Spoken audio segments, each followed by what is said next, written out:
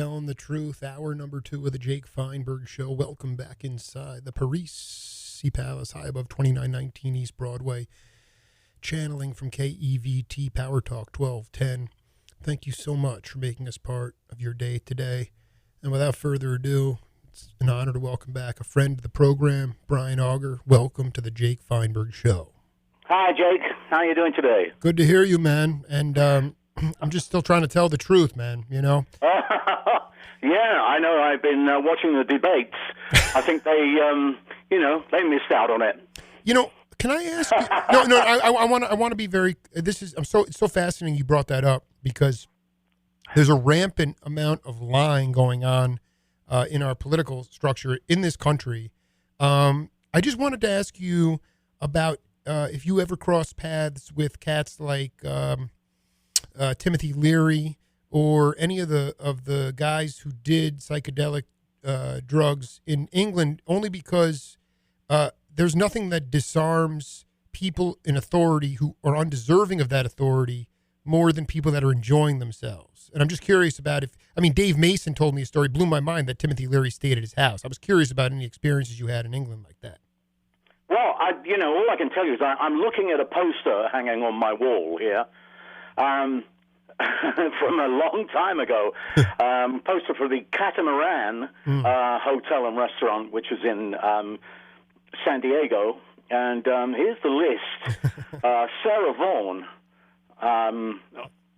next week, Muddy Waters, then Bobby Bluebland, and then myself, and then rescheduled stand-up philosopher Dr. Timothy Leary. Unbelievable. Followed by Lee Ritenour, Herbie Mann, Angela Bofill, and Ramsey Lewis. Wow. So I never heard that, whatever he did that evening, but we knew of him in England. Were you inspired by their point of view? I don't really think so. Inspired, no. I mean, I understood that these people were in a different country to me. I'd grown up actually under a social democrat Labour Party. Sure. That had said, wait a minute, fee-paying schools is okay, but we're going to give you going to give everybody a shot at it. If you get the marks, you go to the school, which is I thank them for my education, which was one of the best in London, of 3 grammar schools. People don't understand if you mention the word socialist in America, people just lose their minds. And what I realize is they have absolutely no idea. Yeah. I look at the even the Conservative Party in England, and I would say that they're much more like the Democrats over here. So when you move to the right here, I'm afraid that's pretty scary to me, because the far right. Do we mention the word fascist? Yeah, no, I actually looked up the definition of it, and it's when the power in the country is usurped by the corporations, and rule is between the corporations and whoever is elected. But I mean, it's a couple of things that went down pretty scary to me. Was the fact that Citizens United, the Supreme Court has actually handed over or put down a law that means that you don't have to actually declare what you're paying in to buy your person into not only the 2 houses of representatives and the Senate, but if you don't have to say where the money came from or whatever it is, what about the People's Army of China? Could they actually then put money in? Anybody around the world could put money in, and they've put the they put the presidency of the United States, one of the greatest nations of all time ever, and the most amazing experiment that meant that people left England to come here, you know, because they were absolutely entranced by the fact that, you know, people were trying to really, you know, have a free society where you could vote and where you weren't under a king. You didn't have to be born in a family that had been in England for years and years, and well, I think also it's like, I mean, what your accent was. Yeah. You know, you could come and start another life, and the fact that has been handed over in such a way that basically they've put up the presidency of the United States for to the highest bidder. It's, you know, and well, I think you're making. I mean, we talked about this in our second interview, and we're feeling the same thing.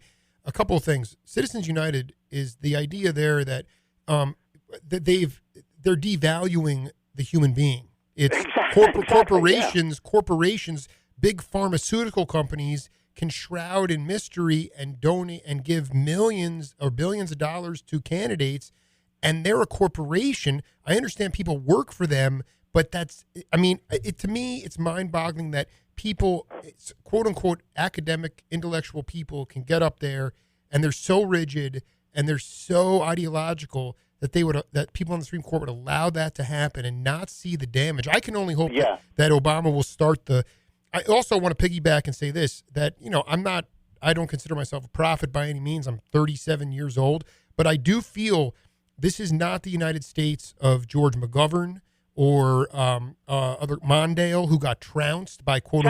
This is not the United States that I came to in 1975. No, let me finish my point. I just want to finish my point. Go ahead. Yeah, no, because listen, one of the insulting things for people like myself, that it's insulting when they talk about Barack Obama either overreaching his power or being too weak.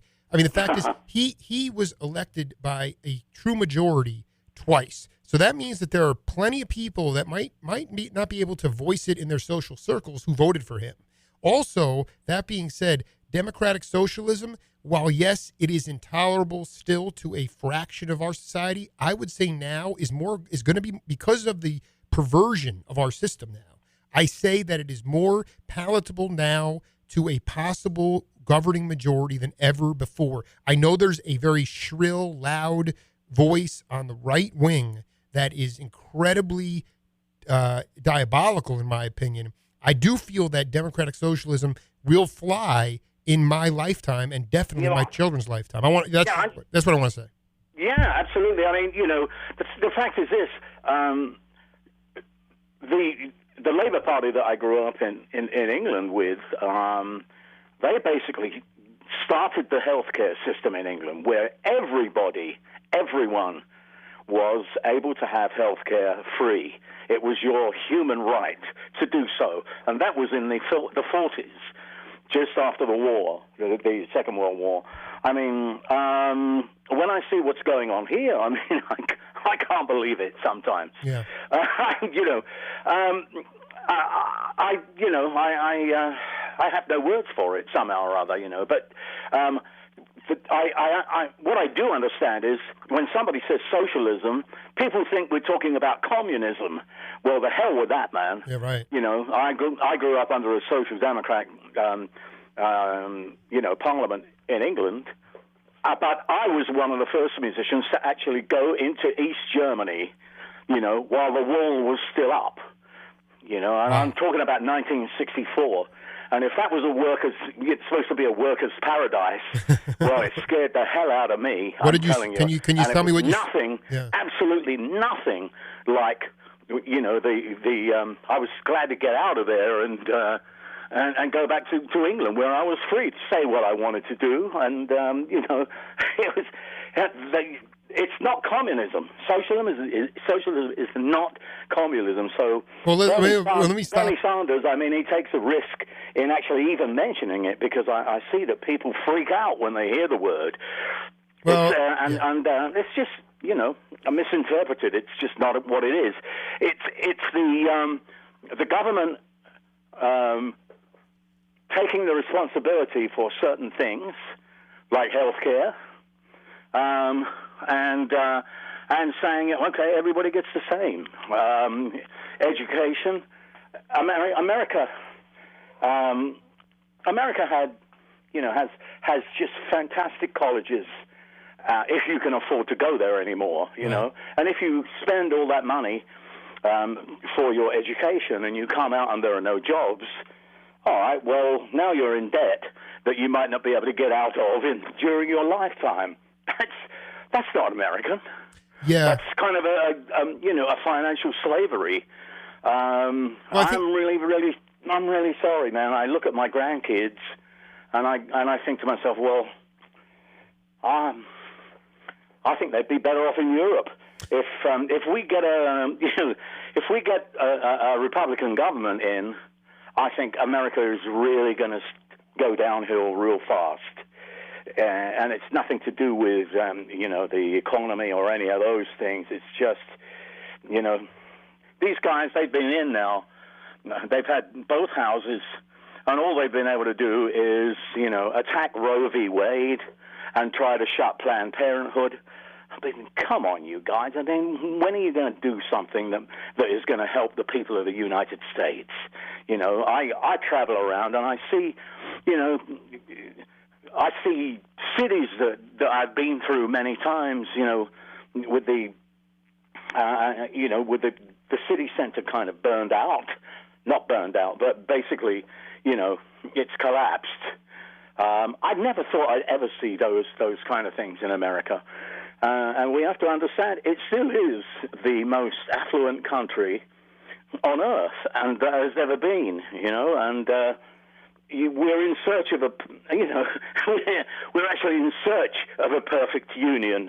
We certainly don't have one at the moment, and I think that because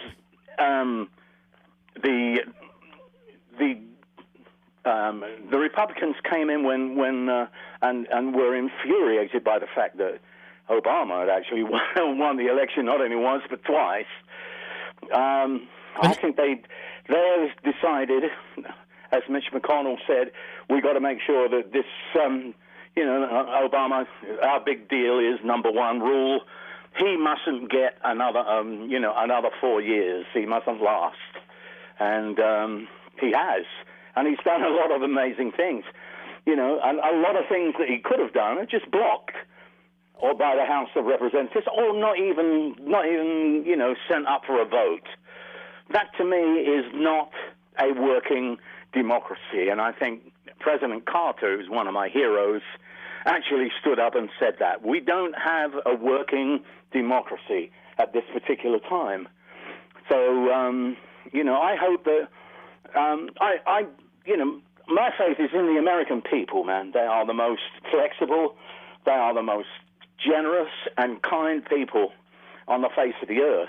And if you give them the right information and don't lie and cheat and steal, they will come up with the right answer. Yeah, so, but Brian, here's in the words of James Brown, get up off of that thing and vote to make it better. I'm with you. Well, I mean, people that are just tuning in, this is I love talking public policy with musicians or just in general. But I think one of the things that you alluded to earlier about free education, people got educated, so that now if you are lying, and if American people I know are genuinely great people, but if you're not educated, then you believe lies to be true. And that's the danger, is that when you get a majority thinking that this stuff is factually true, it means there's this dumbing down. And it's, I don't want to riff on this the whole time, but I guess, what I do want to ask you is, can you talk about the evolution of your son Karma on the drum kit, and how proud you are? What not what makes you proud, but where he has grown the most in his drumming? I would say this, man. Karma started as a roadie. Actually, he wanted to come into the business, and he had an opportunity to roadie for me and for Eric Burden. And he studied piano. He played trumpet in the high school band for about a year or so. He played some bass, and played a little bit of guitar, and some saxophone. And then at 20 years old, around about the time that we were, about to embark with on a band with Eric Burden, suddenly he tells me, "Dad, drums is what I want. I want to play drums. That's my instrument."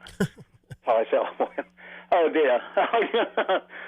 So he said, "Look, can you come out?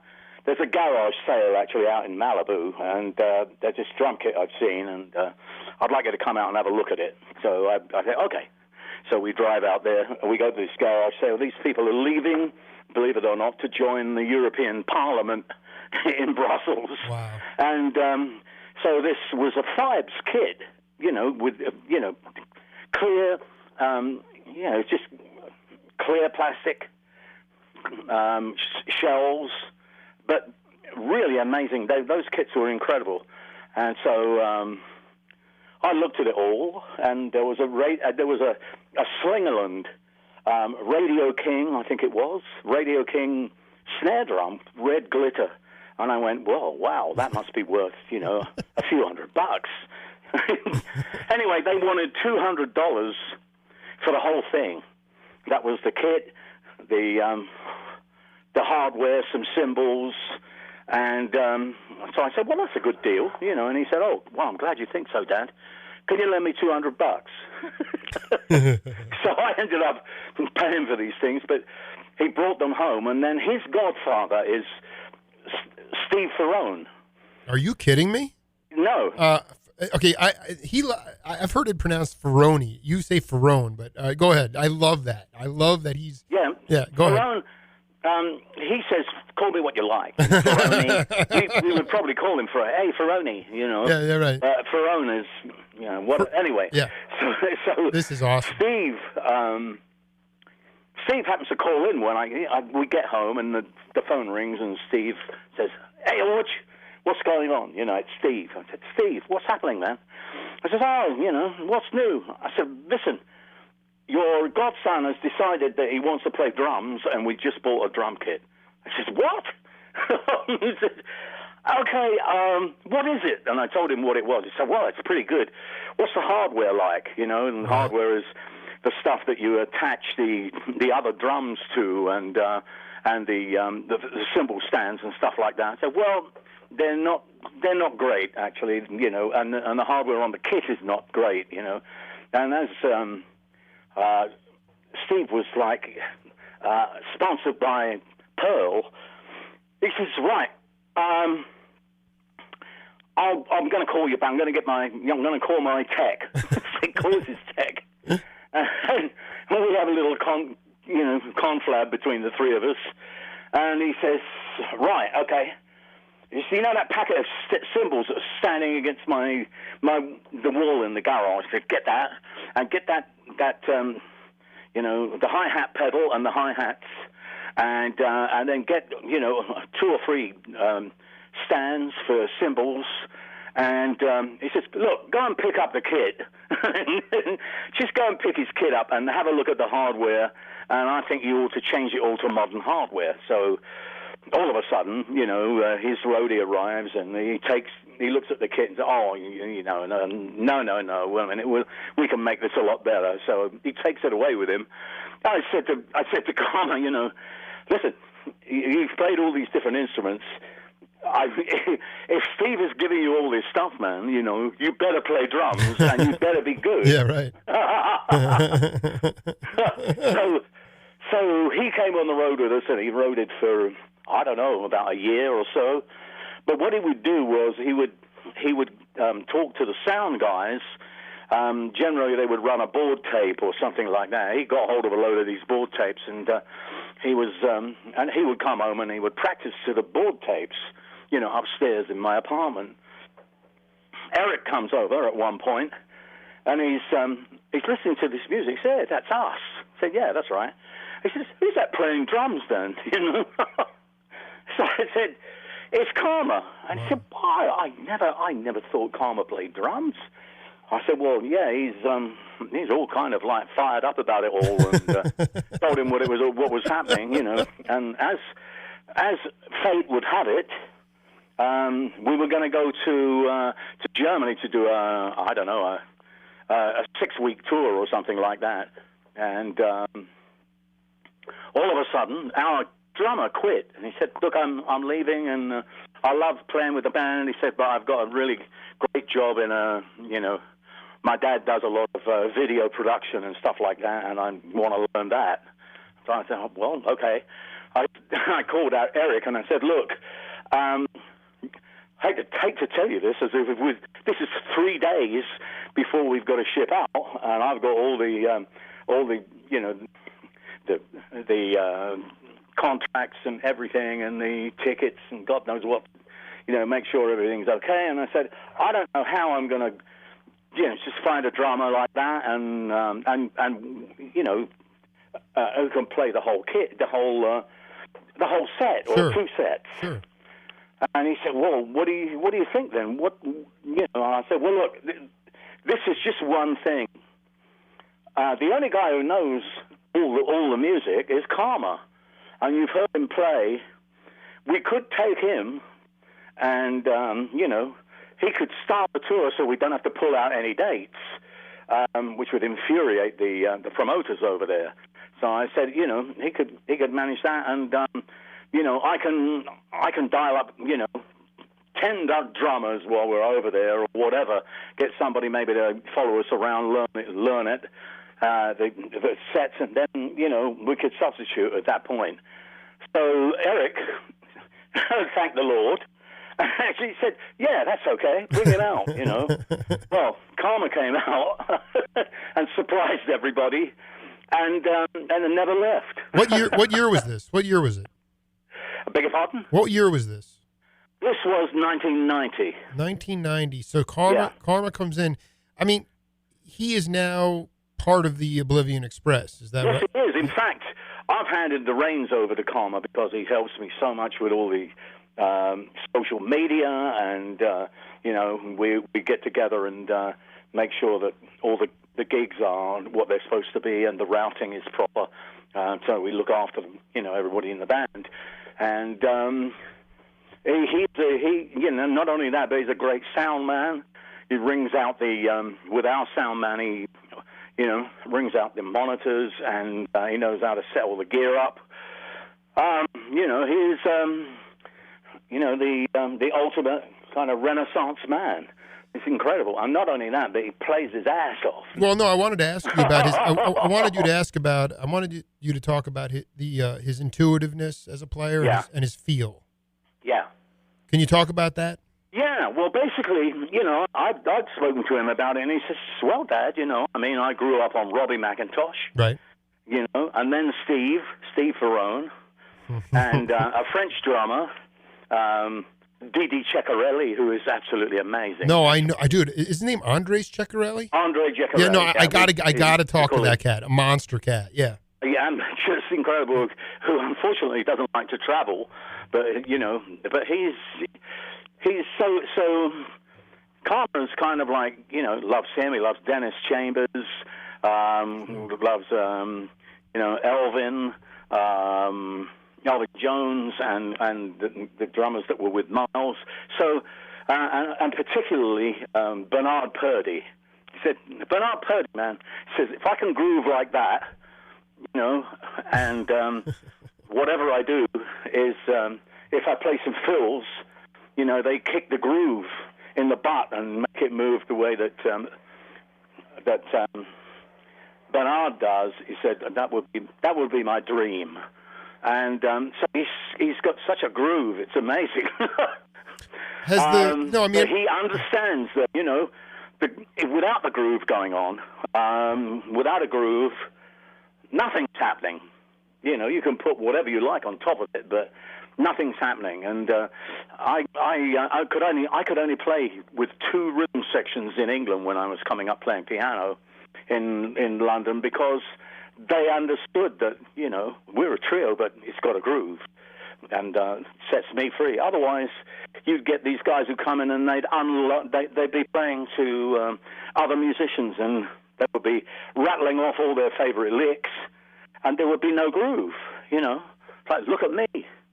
Well, the reason for calling a trio the Trinity was because Trinity just means a union of three, which I reckon what I wanted out of a rhythm section anyway. So basically that's it. And Carmen's just advanced, and he was taught by a guy who taught Louis Bellson. Wow. Who was that? And Louis, until he passed away, maybe about 10 years ago, this guy was, you go to him. He took Karma and one other student as his last students, and he says to Karma, "I don't need your money. I don't want your money." He said, "If you come here and you don't do the work," he said, "then I'm going to kick you out." So Karma had to do his homework, and he said it was ridiculous because he was almost blind at the time, and he says, "I'm not going to. You're not going to play a drum kit here, man." He would put a pad up, and you would play all the rudiments on the pad, and he would kind of say, "Come," says, I don't know. I practiced my ass off this week," and he says, "And I go there, and I start to play, and he's kind of listening, and he says, 'Hey, you're dragging with your left hand.'" It's like, "Come on now, you got the stick, you holding the stick in the right place." And he said, "Karma said he would make me sweat every time I went over there, but it turned out to be really an incredible thing for Karma." We're talking we're talking to Brian Auger here on the Jake Feinberg Show, and I wanted to ask you. You're a perfect person to ask. I was transcribing one of my interviews from a guitar player, and he was talking about having the opportunity to play with guys like Joe Pass and Art Pepper. He spent some time with Kenny Dorham. He mentioned, and this is a white cat, and he just was like, they understood that what they were playing was music that was beyond them. It was coming through them, and therefore they couldn't claim it for their ego. And he went on to say that his theory about one reason that musicians are so self-destructive is because they come to this realization that the music, they're worshipped for this amazing music they play, and they are merely a conduit, that it's coming through them. And because they're approaching the music from an egotistical point of view, it enrages them because they cannot claim it for their ego. And I wanted to get your idea of music that comes from beyond, that comes through you, and how you approach music from humility as opposed to ego. Well, yeah, I know what they mean exactly, because I started to play when I was about 3 years old, and I got interested in jazz. Jazz was the thing that has been with me all this time. And the reason for having a band where I leave plenty of room to solo is because this is freedom that, it's amazing that it should be an American art form, but and they talk about freedom all the time. Well, there it is. And, you are suddenly set loose, and if everything is working properly, it should, from my end, I love swing and I love groove, and that fires me up, and I'm aware that I'm hurling my energy, all these atoms of energy are, I'm firing that onto the audience, and when they respond to that, me, all it does is it fires me up more. But there are certain magic nights that, if you play a lot, and I've had these times when suddenly I am the observer of what I'm doing, and I'm looking at my hands going, who's doing this? Mm-hmm. And I have a certainty that I cannot play a wrong note. It's absolutely kind of like, and it is. I mean, the only way I can explain it is nearly like you're saying is, we are maybe like a receiver, a radio, and suddenly we've dialed ourselves in to music from wherever the hell the creative thing in the universe comes from. So it's those evenings, and I don't play the same solo every night, right? But that's the great freedom of jazz, and that's where the music grows. That's where ideas pop out sometimes, and you go, wow, and I never played that before, but I mean, those are where the ideas move. And somebody will hear it, like particularly somebody like Steve Ferrone was amazing. He'd hear me play something new, just a phrase for a couple of nights, and then he'd jump on it, and he'd play it with me, and I'd look around, and he would be laughing. Mm-hmm. He'd say, yeah, I hear you. So, yes, I think that's absolutely true, man. I mean, I look on this as a gift that I came into the world with. I am self-taught. We were bombed out during the Blitz in London around 1944, and fortunately, my German piano survived. I think maybe the bomb aimers in Peenemünde realized that I got this great German piano that my dad had bought, and make sure you don't kind of do anything to that. But my, your point is really well taken. Yeah. And let me say this: all the great composers, if you go from Bach to through the Baroque, Haydn, Mozart, Beethoven, these guys were sent around to different places to learn how to write for strings, counterpoint, brass, woodwind. They went to different cities. And so they had this whole thing in their head. When they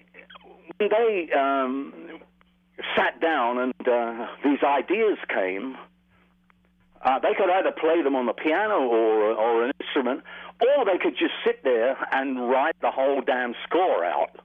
Now that is, I wish I could do that. And they were great improvisers. That's the whole thing. It's from that improvisation that all this stuff comes. And particularly, Beethoven would do, play for the hoi polloi, chamber music, which was music just played in people's chambers, in their rooms, for the rich people. And he would go in there and say, okay, give us a few notes. And somebody would sing a few notes, and he would just immediately make up something. Right. And bust the pianos up as well, because he was a person dear to my heart, and he played as heavy as I do. Anyway, my point is, it's all improvisation. The fact that in America, you couldn't, if you were unlucky enough to be born in the South and you were picking cotton or doing whatever the hell, you couldn't actually tell the boss what a rotten cad he was, but you could sing. Sure. He could actually sing the blues and say exactly the same thing, And then I think during the Civil War, what happened was a lot of instruments, so many people perished, all the band members and stuff like that. I mean, it's just terrible. But a lot of the instruments were left around.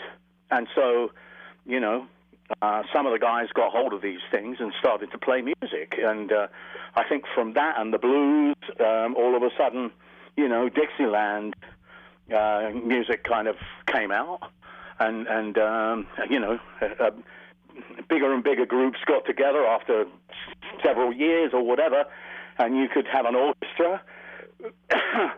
And again, it is improvisation, and Brian, it's fueled the jazz thing, and as you know, and the jazz thing has come through the years, and also fueled stuff like Tamla Motown, and all the ideas and stuff in rock and roll, and it all filtered down. Brian Auger, I want to tell you're on fire right now, but I have to spend a little bit of time paying homage to. We just lost Paul Kantner from the Jefferson Airplane. Oh yeah, and so I'm about to interview Marty Ballin quickly. So we'll pick this up again. It was a ball talking to you. Thank you for breaking down public policy and karma and all that stuff. And we'll get to it soon, my friend. I'm sorry I have to cut you off right now. Okay, man. All right. So anyway, all the best, and all the best to your listeners. Yeah, bless you, brother. Thank you for everything, man. Keep rocking. Yeah, take care now. Cheers. This is the Jake Feinberg Show. We'll come back with Marty Ballin.